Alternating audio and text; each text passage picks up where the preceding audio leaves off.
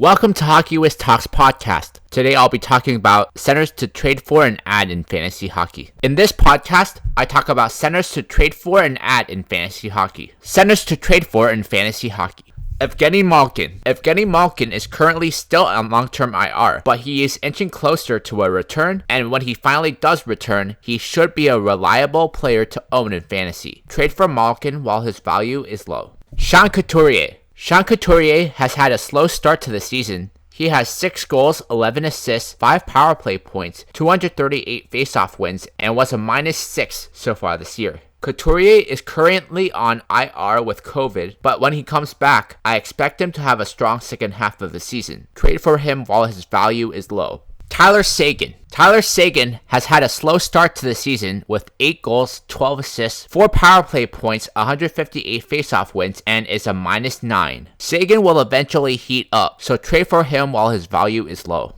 Jack Hughes. Jack Hughes has had a slow start to the season, mostly in part due to a shoulder injury sustained in the second game of the season. Hughes only has 5 goals and 8 points and is a -9 so far this season, but he seems to be heating up, so consider trading for him while his value is low. And now a word from our sponsor. Check out my scouting blog at hockeywiz777scouting.com. Listen to my scouting blog podcast on anchor.fm/hockeywiz777scouting. Centers to add in fantasy hockey. Adam Lowry. Adam Lowry has 3 goals and 6 points, along with 203 faceoff wins and 95 hits so far this season. He is a great player to add in your league if it counts faceoff wins and hits.